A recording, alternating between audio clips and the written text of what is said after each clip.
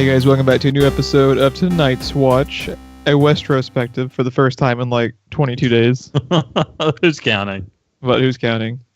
So, Ron has been super busy and hasn't been able to catch up on it. Plus, we only had like all of fucking E3 to cover. That's the delay. We apologize for it. But since it has been that many days since I last watched it and Ron just watched it tonight, Ron is going to be in charge of steering us to this episode. So you have one job to our name. You have one job. Do not fuck it up, sir, and I will let you take us away. Dude, I'm gonna fuck it straight up. So we're gonna end up on like a Diablo tangent at some point for no reason. There's a set armor tied to Inarius, Jeff. This is going to be a review of that Necromancer thing. It comes out in a week. Speaking of Necromancer, Jeff, let's talk about Diablo for 20 minutes. I'm so excited. Anyways, so the first scene opens up with just Jaime's hand in frame, and it zooms like out from there. So you see that Jaime is having to wear it around his neck as he's tied up on horseback. Because Locke is a dick. Locke is a cock. Yeah. Yep. So that, and I really don't remember much being said or anything in that scene. It was just kind of them traveling. You see that Jaime, you can tell by his expression that he's kind of broken.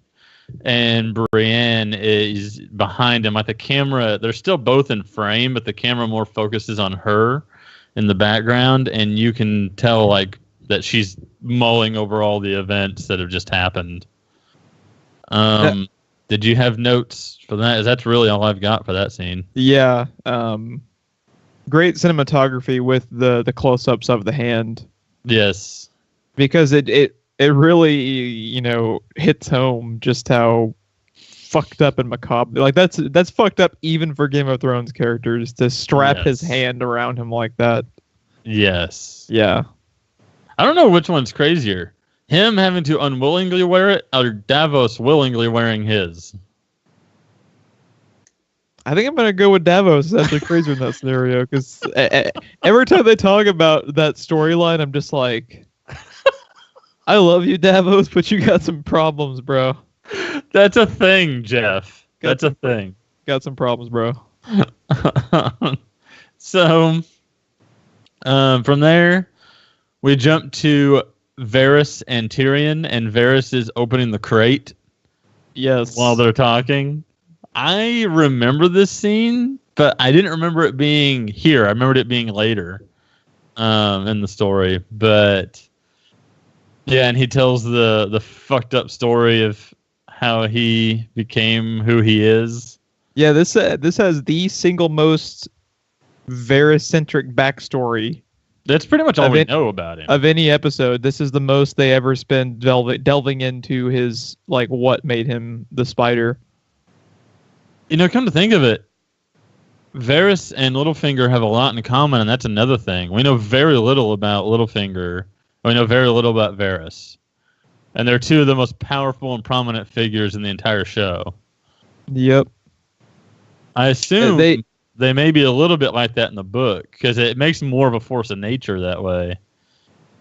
Yeah, and it's interesting, too, that, like, what makes them so interesting to me is their stature, given the fact that they came up from nothing. Right. When everyone else around them is, for the most part, just there based off name value. And they couldn't be more different, because Varys moves with purpose, yes, but any power he has, any power he exerts, all has purpose. And Littlefinger is just hungry. Just give me more power. More. It's pretty interesting how they both came up from virtually nothing, and they go two completely different ways with it. But when really, and what's interesting too, if either one of the characters, based off their backstory, you would kind of forgive for going crazy and being a selfish prick, it would be Varys because of how traumatic his story is, not Littlefinger. Yeah. Yeah, definitely. So this is where you had to remind me of this in a previous, I think when we were recording the new episodes, episode to episode, that I don't know that I necessarily forgot, but I definitely never did put together that the dude was a red priest and the flames and the voice Varys heard, because it wasn't until later when Varys, like, you see his face when he hears about like the red priestess and all that stuff later in the more current stuff, and then you were talking about this and I was like, did that happen? Like, I don't know. I guess since I didn't necessarily know much when I was watching this, that part just kind of went. Yeah. It's, I mean, which you could blame me with this fucking TV show. Right. We're still finding stuff to talk about after what, like 50 episodes? I'm completely out of yarn. Yeah, but I love Varys so much. Yes. Like anytime he's basically on screen, particularly with how good, I know his last name's Conleth. I'm blanking on his first name, but the Varys actor, him and Peter Dinklage are so fucking good together. It can't be stated enough. I would just watch. I love their bromance. Yeah, it's just great. But yeah, this is where he reveals that the sorcerer was a red priest, and he talks about one of the quotes I've written down was just a partial quote, but I dream of the voices from the flames, because he was talking about how as soon as his parts went in, the flame turned blue, and he called out to the fire, and there was a voice that responded, and it that kind of haunts him more than anything, because Varys is a very logical, very grounded man. He's not superstitious.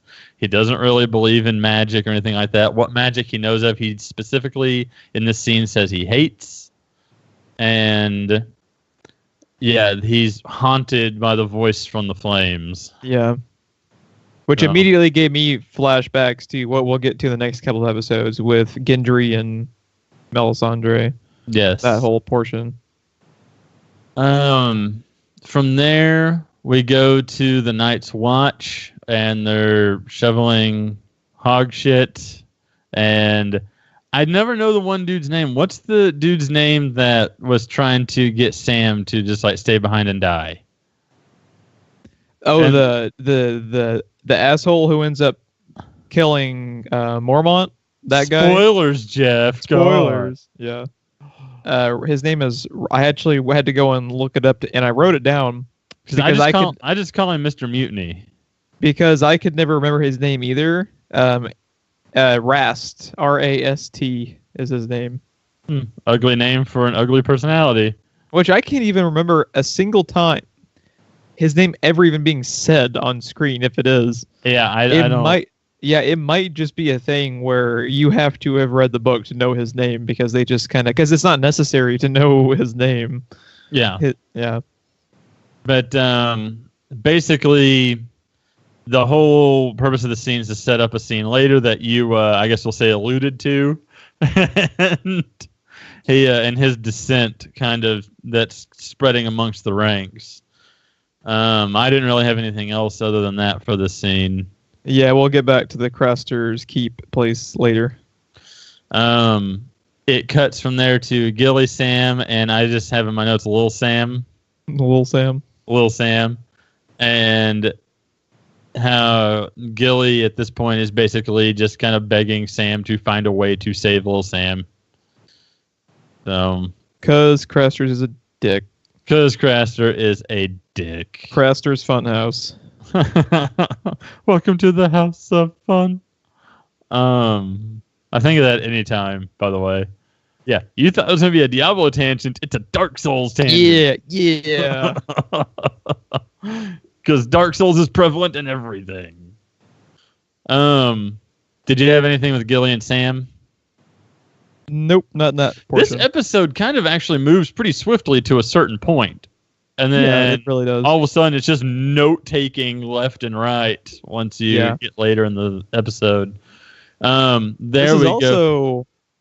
I didn't write it down. I'm assuming this was a Benioff and Weiss episode as well, based off how I'm pretty sure it was, if I recall. While you are setting up the next scene, I will fact check that. Okay. So the next scene we cut to Bland Stark, and he's Do we have to? Do we really have to? We have to.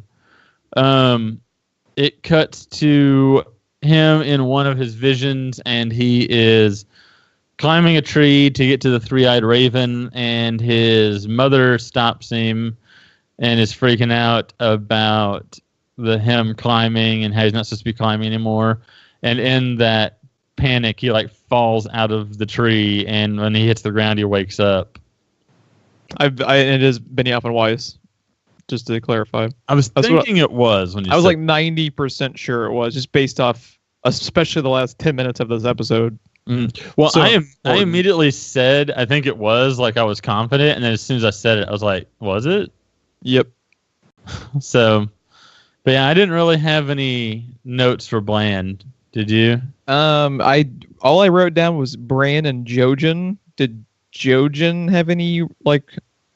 The only dialogue he really had was he told him he had to go to the three-eyed raven, and he said that he didn't know how to get there, and he said, yes, you do. And then that's when he started climbing the tree to the three-eyed raven. And then when he fell and woke up, he like sits up and looks at him. And then what's the Doctor Who guy's character? Jojen. It cuts to him, and he just kind of stares at him for a minute and just looks back down into the fire. And then it cuts. Okay. Yeah, I didn't have any specific notes. I didn't write a damn thing down. That was all off the top of my head. It cuts from there to Varys. It's almost Rosalind. It's almost like you just watched the episode or something. Look at the big brain on Ron. It cuts from there to Varys and Rosalind. And what are they talking about? I fucking adore this conversation. I wrote down how like Podrick He's like the man, the myth, the legend now in King's Landing, and I fucking love that detail. I love that detail on how the world is so rich. They show you rumors get started. It's so cool because hardly anything ever does that. The only other thing I can think of off the top of my head that does that is John Wick. And how he is basically like a myth, and he's like almost like more rumor than man, the way that other people in the show talk, and other people in the movies talk about him. It's actually a pretty good parallel because like this show, the way you hear people talking about like Robb Stark, how he turns into a wolf on the battlefield, then you hear all like in John Wick, all the stuff where like he's like a ghost or whatever. That's actually a pretty good parallel. I love just how like stunned Varys is. He's just like, what did he do? The dude will hear about fucking dragons. He will talk. He will talk about his backstory without batting an eye. But Podrick has thrown him for a complete loop, and I love that fucking detail about this show. Love it so much. Oh God, I'm not that type of dude. But if I ever have to have a nickname for it, it's Podrick. Oh my God.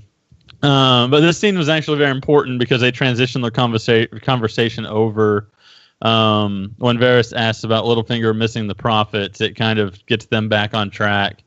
And you find out that Littlefinger is basically planning to take Sansa with him when he leaves. So if because he has multiple like feathered beds. Or he has something, two right? feather beds listed.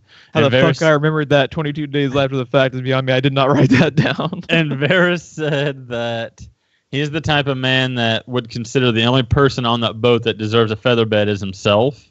So, like, why does he have two? Is he taking one of his girls with him or whatever? And Roz was like, he doesn't care about any of us. So, the only person he could be taking has to be Sansa, which is a problem that we get to later that Varys brings up with my favorite grandma I never had. Yes. Grandma Tyrell, I love. She's the best. But speaking of dicks, it transitions from there to Joffrey, if you didn't have anything else. I was when you just said speaking of dicks, I was expecting a Theon transition. Just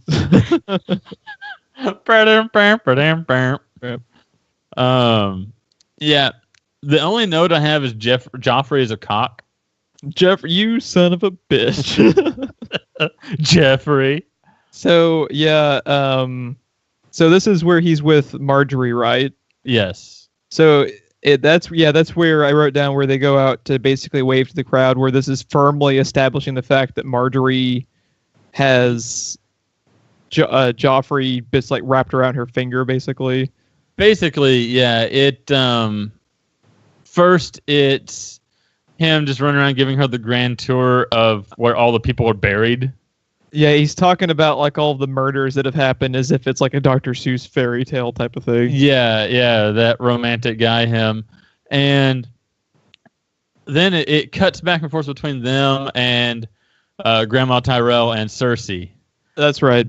And they're having a couple of different important conversations, but one of them plays into the episode later because Tyrell is talking about how, like, what was her exact line? It was something like, mothers, our job is to keep our sons from the grave, but they're so hell bent on getting there or something like that. Basically, it's something like that. That's not what she says. The like disposition to it or something is what she says. But yeah, they're trying so hard to get there, and it's your job to keep them out. And then Cersei says, yet the gods saw fit to give this world to them or something. And Tyrell says that that's an injustice in her opinion. And that plays into Cersei with Tywin later in the episode. Yeah, the one of the main through lines of the episode is feminism. Yes. Yeah. But after they have that talk, it cuts to Marjorie trying to talk Joffrey into going out to the public. Okay.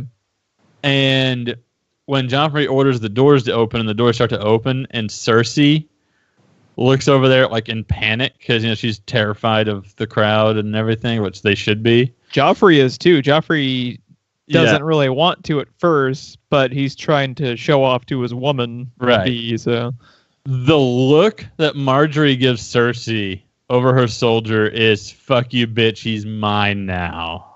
Like, I am in control. And the exact note that I have is Joffrey is still a cock, sub-bullet, Marjorie plays him like a fiddle.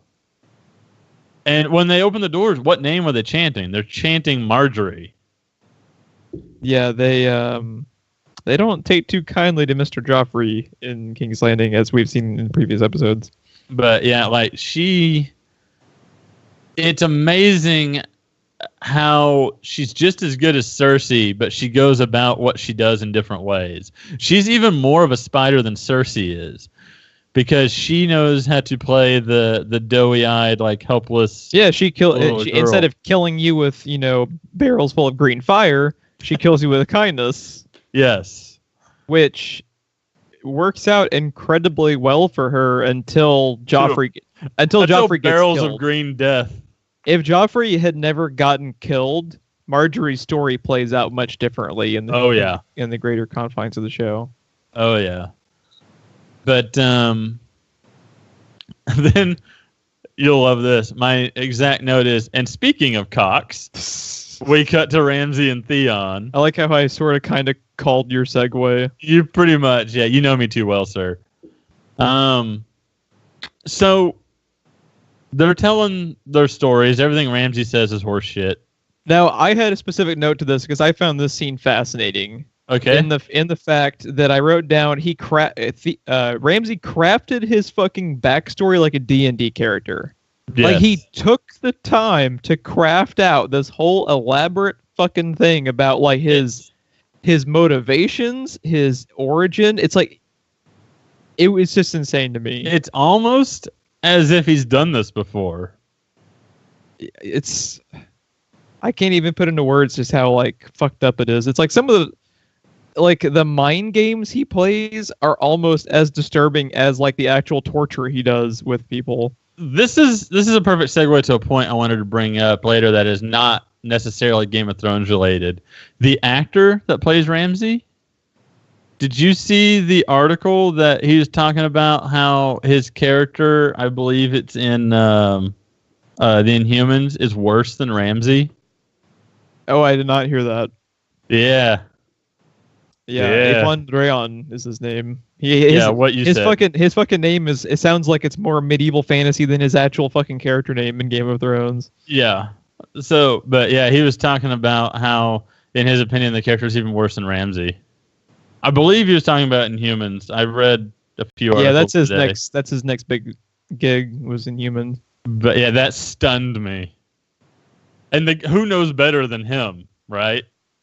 Yep. So, anyways, the first note that I really wrote down was when Theon starts confessing to Ramsay about not killing the Stark boys. I forgot about this detail. I forgot that it's actually like Theon fucked them over. He found a way to fuck them over yet again. Yes. Even while he's sitting there like lamenting every decision he ever made. Because the quote that I even have written down is, "My real father lost his head at King's Landing." I'd written that one down too. Yeah. And it's like even when he's being a good person, he is betraying the Starks. He's betraying the Starks. It's devastating to think about. And you can see, like, unless you know who Ramsay is, you misinterpret the shocked expression that he has. Because he's shocked because he thought the Stark boys were alive. There was no one in his father's way of taking over the North. He has been handed a massive piece of ammunition to use. Yes. He is shocked for all the right reasons. He's shocked for all the wrong reasons. Which goddamn, like the Ramsay stuff is fucking genius when you revisit it, because it is. I know. It is brilliantly done in how subtly it works in both ways. Yes. Because these scenes work if you don't know, and they work if you do know. Because if you don't know, it just goes over your head. You just take it at face value. And if you do know, you're just like, fuck, God damn it, Theon. I can't imagine what the writer's room is like for this show. Everything, dude, their layers have layers. I can't even imagine the nightmare that is a Game of Thrones script. You want to know what's interesting about it, too? Is I actually think this might make for, it just came to my head, but I think it might make for a decent VOD topic for us at one point. The pros and cons in terms of difficulty when writing an adaptation versus writing something original. Because I think in certain cases, the adaptation is actually harder. Because even though you have stuff to draw on, and if you ever get lost, you always have something to result back on. It's always been my opinion that the adaptation is always harder. For various reasons. I think they have some pros and cons just because, like, if you're writing a totally original show and you get stuck, you don't have anything that can bail you out. Right. But it works both ways because you're having to, you're having to consciously make something faithful while also making it your own, which is, I agree. I couldn't imagine tackling one of these episodes. And what's interesting, too, something we don't talk about very often, but another group of people who deserve a lot of credit is the editors. Mm-hmm. Because when they write these episodes, they don't, naturally have them in the order and progression you see them happen. And a lot of times they will divvy it up in certain ways to where it's the editor's job to go back in and make it make sense and make it gel. And they do an amazing job considering how many storylines they have working. Oh, I know. There's so many damn threads just dangling. Yeah. And they always find a way to connect them wonderfully in every episode. So my next note is in all caps, such a cock, because it reveals he hasn't really revealed himself yet. You just know he's betraying Theon now, and you don't know why. Now, how do they present that? Because I don't remember exactly. So he was telling him that his sister was in, like, this area. And he gets him in there, he gets him inside, and he goes and he's trying to light a torch. And Theon is actually looking for his sister. And when he lights it, he's standing behind one of the crucifix things. One of the flayed man's posts, yeah. Yes. And there's people behind Theon, and Ramsay's just like, he got out. I don't know how, but I brought him back. And they grab him and, like, strap him back to the damn thing. Yeah. He has no reason to continue his charade, and he continues to do it. It's just Jesus Christ. Yes. You could do an entire character study on every entire thesis, every little bit of development that they've ever, which is interesting because with Ramsay, he doesn't really develop as a character. He is statically crazy, but there's always like a different flavor in which he is just fucking nuts. You always just explore just how crazy he is. His character never really changes or evolves. Yeah. You just don't know what he's capable of till he shows you. Yeah. Yeah. And, you know, if you were going to draw a defense for him, he has a pretty fucked up background. So, yeah. From there, I'm showing we switch to Jaime and Brienne again, and this time we have actual dialogue between them. They're tied up at their own little campfire, and the rest of the troop is tied up, or not tied up, but sitting at their own. They tied themselves up for fun. But Jaime is just kind of sitting there, staring at the ground with his hand around his neck, and he's not eating, and Brienne is trying to get him to eat. Yeah. And he basically just starts kind of going on about how he's moping about not having his sword hand, and he says something to the effect of, everything I am was in that hand, because she had made a quip about how he runs into one little inconvenience or something like that, and he whimpers and cries and gives up. And he was just like, inconvenience? I lost my hand. That hand was everything, right? And she basically just kind of lays into him, and one of the last things she says, when I find myself in my notes here, one of the last things she says when she lays into him is, "You sound like a bloody woman." Yeah, continuing the through line of feminism within it, yeah. Yeah. And that's coming from the one woman in this that's probably actually... is she the only woman that's a warrior? Do you remember another? Besides, like, Arya and that storyline. I'm blanking. You Know Nothing, Jon Snow. Egret. They've shown Egret. Yeah. So one of the quotes I'd written down, it wasn't a full quote, but I liked how she says to him, we're in a place where people have important things taken from them all the time. Yes. And basically so it's like, you're nothing special. Everyone has lost, and they've lost dearly here. Yeah, that's what she says to him after he says that hand was everything. That's the start of, you read the first line, I read the last line of it. But yeah, she's basically going on about how people lose something important all the time in this life or the next, and you've had your whole life like just given to you, and everyone else finds a way to move on, to move past it. And she's basically like pointing out he still has his left hand. So that was really all I had. Damn, I keep losing my place in my notes. I believe she also asked him why he helped her. Yes, she does. And I wrote down that she asked him that. What is his exact type of like reply, or does he even say anything? He just starts eating. Yeah. So, which is a sign she got through to him now.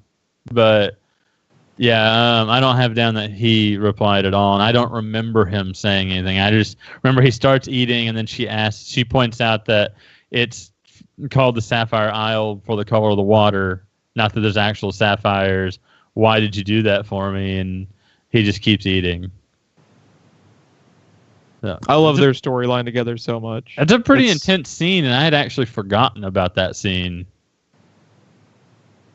But so this is a scene I alluded to earlier. Now we're at Cersei and Tywin. Tywin is such a dick, and I love him every second for it. Charles Dance, motherfucker. Every time someone goes to see him, he just inexplicably makes them wait like forever until he's ready to talk to them. And his acting is brilliant too, because he always acts as if he could not be in less of a rush. Right. He is so calculated in the way he moves shit around his desk, and the way that he never even like. It's not like he's constantly like glancing at them. Even he is just purely focused on doing his task at hand, and you wait for fucking Tywin. Don't matter who you are, you wait for Tywin. And like Tyrion did it, and he sat silently waiting. Cersei sat silently waiting. Like, no one dares to say a word. and they just wait for Tywin to be ready to grace them with his attention. But she basically asks if they're doing everything they can to get Jaime back.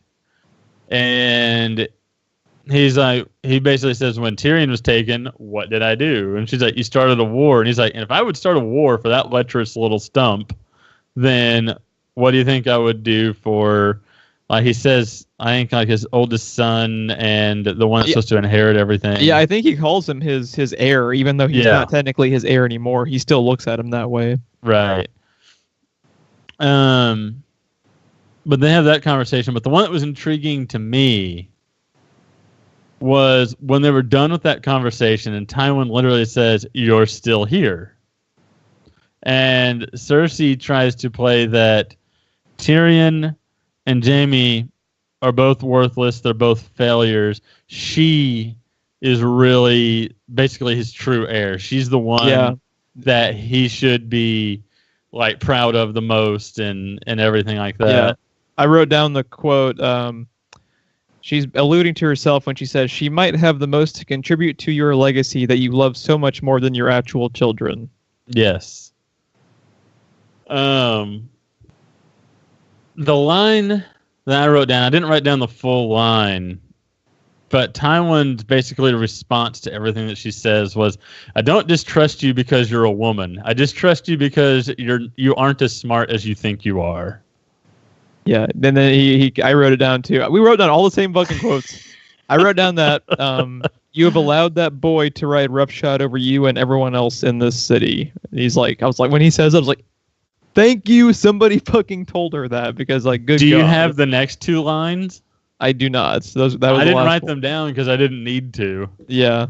She says something to the effect of, have you tried taking or stopping him from doing something he loves? And he says, I will. The way he delivers that line, it like makes your blood run cold. You're just like, do not fuck with Charles Dance, man. Yes. I love Charles Dance. And you know what's funny? Like, you look at him in what was the thing we watched on Sci-Fi? I can't think of the name of it. It's eluding me. He was in Alien 3. He was in Alien 3. That was going to allude to Alien 3, this, and he was the big red devil alien. Oh. Why can I not think of this? It's one of the most famous... Childhood's End. Childhood's End. I kept wanting to go to Children of Men. I'm like, no. Look at those three roles. Those three roles cannot be any different, and he owns all three of them, dude. That's what made me so sad that the Dracula Untold movie wasn't that good, because they had Charles Dance as Dracula, and I was like, dude, that's amazing. But then the movie gave him like nothing to do. I'm like, dude, I still haven't seen it. You didn't miss much.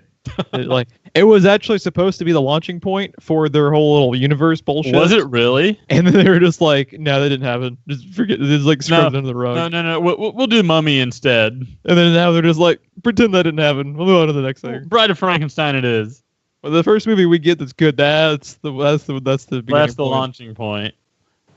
Yeah, so then Geoff, one of my favorite women in the whole show. This beautiful woman. Which is fucking saying something. Because like 3/4 the best characters on the show are women. Yes. I mean, out of all of Game of Thrones history, she's probably my top 5, dude. She's so awesome. Oh god, I love her. She's Lady sitting Tyrell. there mocking her own sigil. Yeah, the growing strong. Is that what theirs is? Yeah. And she's talking about, like, she was like, krakens and dire wolves and a gold rose. And she's just going on and on and on. And when she tells the kid to go away because there's a spider in the garden as Varys is approaching, she was just like, go and grow strong. She is so fucking sardonic. It is just fun to watch just how unbelievably fucking sarcastic she is. Like They could not have picked a better actress for that role. She was born to be. Oh, I know. Is it Lyanna? I think so. Yeah. That role, I think it's her. Yeah. She's so great. Oh my God, I love her. But I especially loved. I mean, that one line tells you she knows everything she needs to know about Varys when she sees him coming and says, "Oh look, there's a spider in the garden." And when Varys comes up, I forget what it is he says to her, but she repeats it back like, "Really?" And he's like, "Yeah, that was a bit obvious, I know." And she's like, basically alludes that it sounds like a pickup line. And then she says, "What happens when the non-existent bumps against the decrepit?" And then he's taken aback and he doesn't know. Yeah, she actually makes him speechless for a second. Yeah, and then before he can say anything, she just goes like this and says, "A question for the philosophers." I fucking love that woman. Yeah, you can tell this has Benioff and Weiss written all over it because And then Varys says, "May I sit down?" And she goes, "No." She just keeps sitting there. Oh God. Yeah, and that's when they start discussing that Littlefinger is planning on marrying Sansa, right? Yes. Okay, yeah, that's what I'd written down. They Varys makes the point that he had no title, no wealth, and no army. He's got the first two. What do you think he'll do when he gets the third? And he points out that if that Sansa is the key to the North if Robb fails, and finishing his thought, who I endearingly call Grandma Tyrell, finishes his thought by saying that if he marries her, he'll have the key to the North in his pocket. And basically, they've got to stop this from happening because they get mutual interest in it.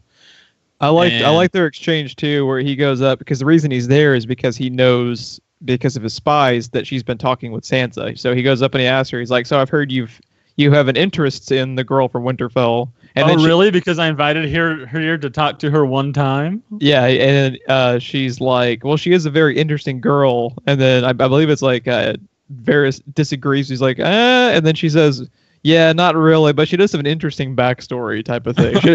She has an interesting upbringing or something like that. Yeah. Yeah. Dude, everything about this conversation is quotable. I forgot, like, I knew that conversation happened, but I forgot what chemistry those two actors had on screen. And because most of the time they played off of each other so well. And was that the very first time they've ever talked to each other for more than like maybe in passing?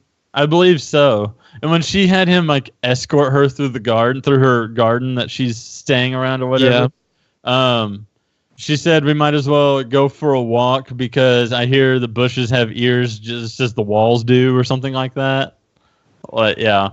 They have one of my absolute favorite quotes about Littlefinger is when Varys says he would see this country burn if he could be king of the ashes. Yes. Fucking love that quote. I don't know if it was Benioff and Weiss or Martin, but I love it. Yeah, like I said, everything about that conversation is just gold. You can tell by the dialogue alone it's Benioff and Weiss. I don't know why we had to look it up. Just look at the quotes we're writing down. Yeah, and we all had the exact same quote. So it cuts from there to Sansa praying, and guess who just happens to show up after this conversation between Varys and Grandma Tyrell has happened? Did somebody do a segue? What? So, first off, I loved Marjorie excusing the guards and they don't move, and she's like, "Oh, you can just give me your name so I can give them to my future husband then," and they instantly leave. So, do not want. So yeah, and then she is trying to. Oh well, I guess the most important thing in that conversation was Varys said the most logical way to stop Littlefinger is, and then Grandma Tyrell was like, "Do we need to say it? It's so obvious." And then it cuts to Marjorie trying to talk Sansa into marrying Loras, and then Mr. and Mrs. Iron Fist. Yes, and she points out that she'd never be allowed to leave King's Landing. And Marjorie's like, what, the Queen Regent? When I'm married, I will be queen. So Cersei will lose all her power because she will no longer be Queen Regent. And you don't need a regent when you have a queen, right? So then she'll still be safe from Cersei because she'll be in Highgarden, married to Loras, behind their entire army. So, yeah, it's like a win-win-win, basically. Yeah. So, yeah. In a couple of marriages, they become much more powerful than the Lannisters. Yes, and the Tyrells have the key to the North. Yeah. So, yeah. It's like Joffrey is still king, but they have more pieces on the board type of thing. Yes. So I also do like how she trolls Sansa, where she has like that whole little backstory come up with like the porridge porridge porridge pods or something like that. She says something. Yeah, something. Which I guess kind of plays into how naive Sansa still is at this point. Which that's going to end real fucking quick in a couple seasons. I didn't have anything else for that. Did you? No, just that. Yeah, they were setting up that Sansa needs to marry Loras for their goals. Okay, Geoff. We are now out of the setup and into the shit. And Back it happens, I guess, to be pig shit because we cut to the Night's Watch next, and that's what they were shoveling when we last saw them. We're going back to Crasshole's Keep. So, I don't remember the dude with the broken foot, but apparently he died, and they're at the funeral pyre when we come back. Everybody sort of liked him. I love the Lord Commander. Like, he came to us from... Where did he come to us from?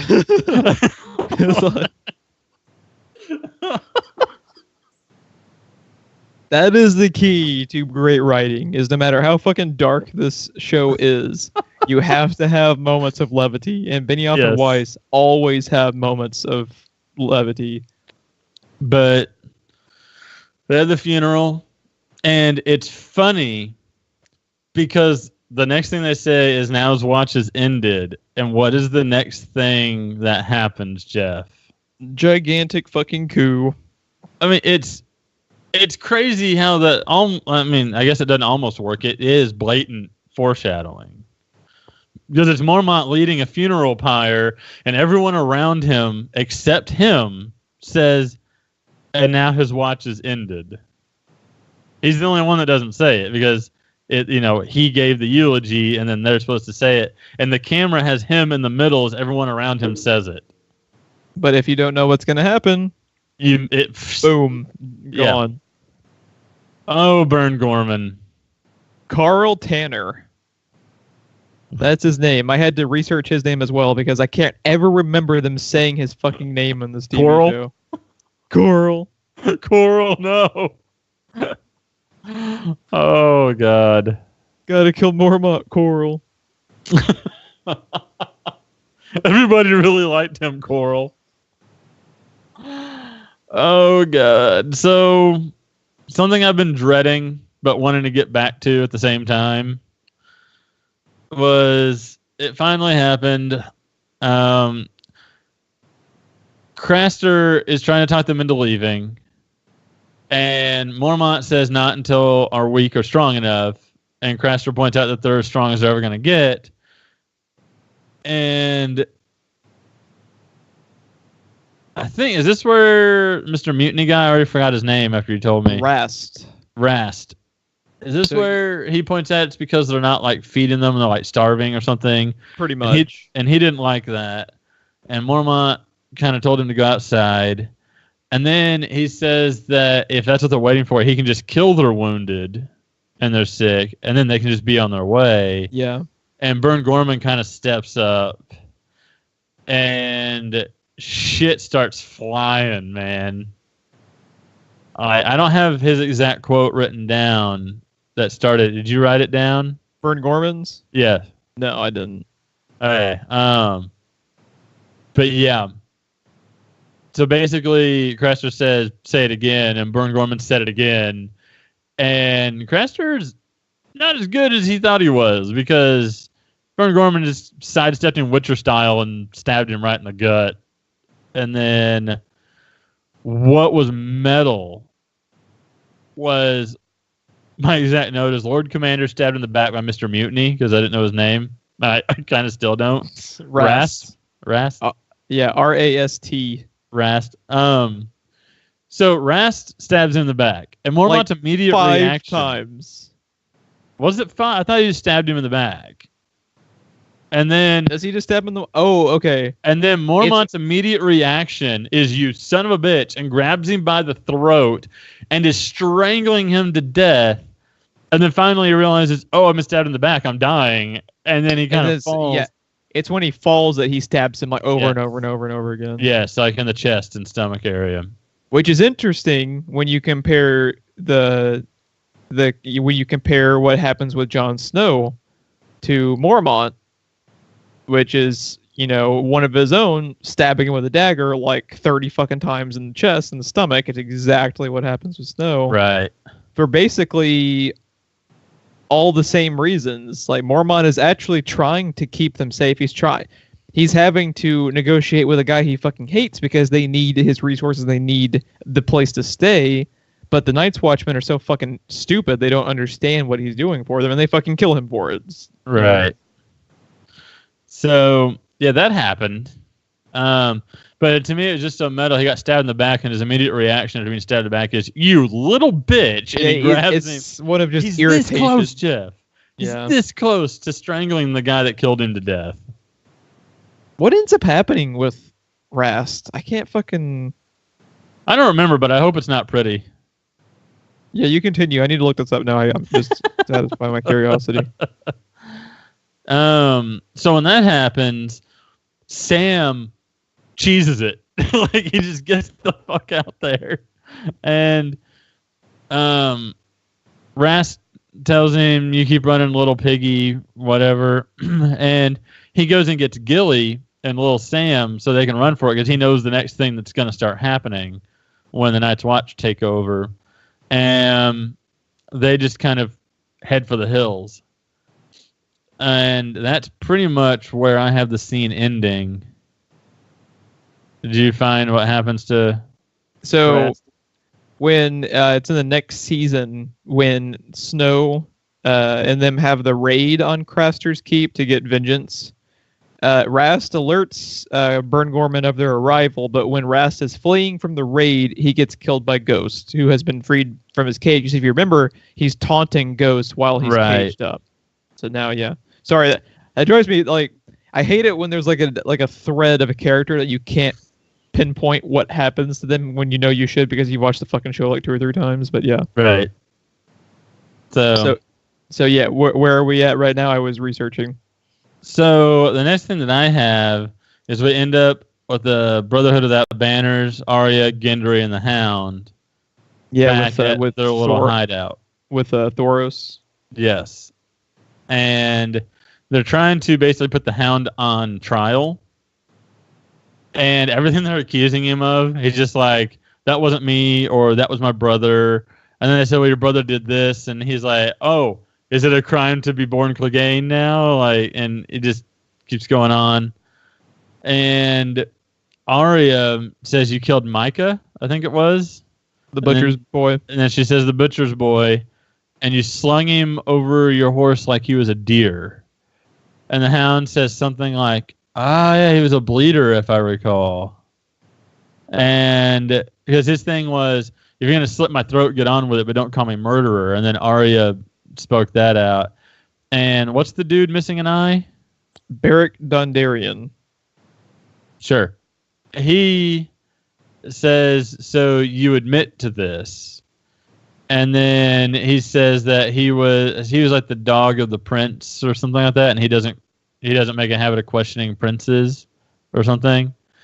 And he said since they didn't witness the crime, that it has to be the Lord of Light that judges him. So he sentences him to trial by combat.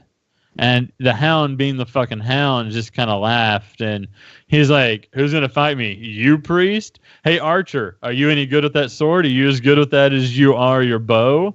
Or is the little girl the bravest one in the room? And it's like, she might be, or something like that. She might be, but it's me you're fighting. And the look on the Hound's face is just, yeah. And then it cuts from that point. Because I wonder too, like if you were reading this sequence in the book, depending on which perspective it was from, if it was like from say like the Hound, like Beric Dondarrion is known for having a flaming sword. What does the Hound hate is flames. It's like literally his mortal fucking enemy. Right. It's kind of interesting because I don't think Gendry has a fucking line in the whole thing. Except that he wants the water and molasses or whatever. It could be there's three possibilities that could be written from the book. That can be from Arya. Probably Arya. It's probably Arya. Arya the Hound or Flaming Sword. Beric Dondarrion. Sure. I'm not going to remember that. I'm terrible with regular names. Let alone Rast and Beric Dondarrion and... Yes. Yeah. I remember Davos because Davros. So, I mean... But, okay, Geoff. We're here. It's taken us 50 minutes, but we're here. I'm so excited to talk about this. This is so one of my top 3 favorite moments from the entire series. So, Khaleesi is being... It's so awesome. Shown her army. And all she has to do is fork over one Charizard. And she is the brand new owner of a whole bunch of eunuchs. 8,000 strong. And she hands over the chain. The description in the episode says she trades a chain for a whip. So she hands over the chain, and he gives her the whip, and she asks if it's done now. And is it Missandei? Yes. See, the hot girl, I remember her name. Shocker. You want to talk about a feminism episode? How does this episode fucking end, dude? So... Sandy, is translating, sort of, that yes, the transaction is done, leaving all the insults out, as usual. And then... Charizard chose you, bitch. The dude is so caught up with, I'm holding a fucking dragon. He misses the first 2 or 3 times she speaks Valyrian. Yeah. Because he kind of picks up on it, but it's not clicking in his brain. Because he's multitasking. He's like, I'm holding this fucking dragon while talking.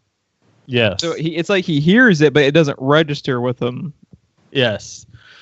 And then she orders the Unsullied to basically sack the city, to kill all the masters, anyone holding a whip, no children, none of the bad stuff. And then at this point, he's catching on that she's speaking Valyrian. Because the first time that they all pick up on that she knows the language, they have like 3 or 4 cut to reactions, and like each of them have like a musical stinger with it. Even yes. When you're just like, oh fuck, shit's about to go down. And he's ordering the Unsullied to stop, but what are they trained to do? Obey the person holding the whip, and she's holding it. So I'm getting like goosebumps just remembering this episode from like 3 weeks ago. I love it. He's hollering for someone to stop them, and is it Dracarys? Is that what? That's what she says to Yeah. So the only reply that she has to the dude yelling for someone to kill her was Dracarys, and he just erupts into flames. Now, one of my Charizard used flamethrower. It was super effective. It was super effective. It's Krasny's. That's the name of the slaver guy. The POV that sounds like a piece of shit, doesn't it? Right. Krasny's. The POV. They have a POV shot from his perspective when Charizard goes to town. And it's just like first person fucking the Krasny's experience, dude, in VR. And I don't want any part of that shit. And it has your fucking ass metal Khaleesi drum beat. Oh my god, I love the music. I love the music so much. And then my favorite shot from the sequence is one that they used in trailers still to this day when they do little recaps and stuff, when they do like stock footage from previous seasons, is when they have the tracking shot of like the camera tilting while you see the fire erupt in like a row across the banisters up above them as they're right behind Khaleesi. I love that image so much. It's so badass. With the music, it's just fucking metal as fuck. It's so metal, Ron. Too much metal. Too much metal. Too much metal. Want more? So great. Oh, even great. knowing full well it's gonna happen, I enjoy the shit out of that scene every time. It's so satisfying. I enjoy any Khaleesi scene. It's so satisfying. My exact note is bullet, Khaleesi, sub-bullet, metal as fuck. And that's the last note on my list. Yeah, this was one of the moments along the way. It's like I always comment that the very first one that made me love the show was the Golden Crown for You. with Of course. With Khal Drogo. That was the first moment where I was like, I fucking love this series.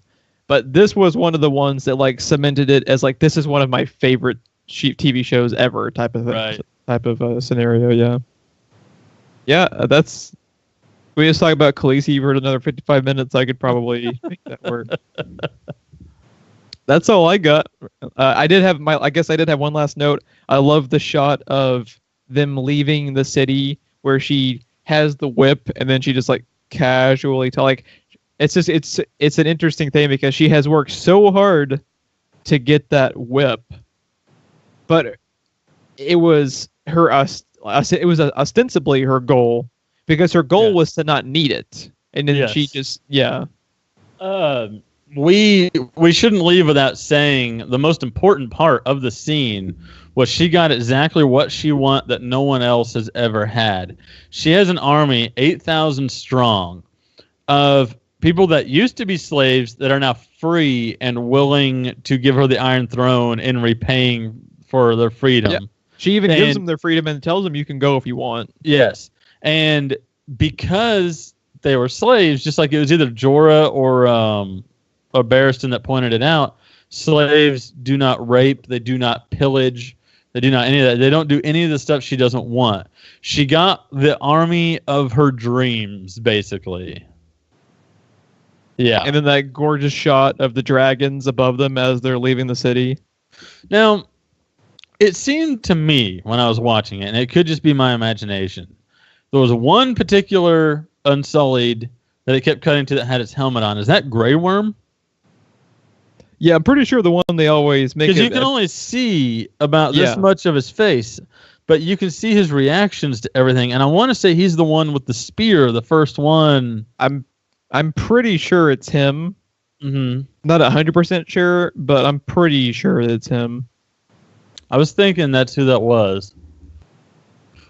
I love Grey Worm. Yeah. Especially in later seasons when they give him more to do.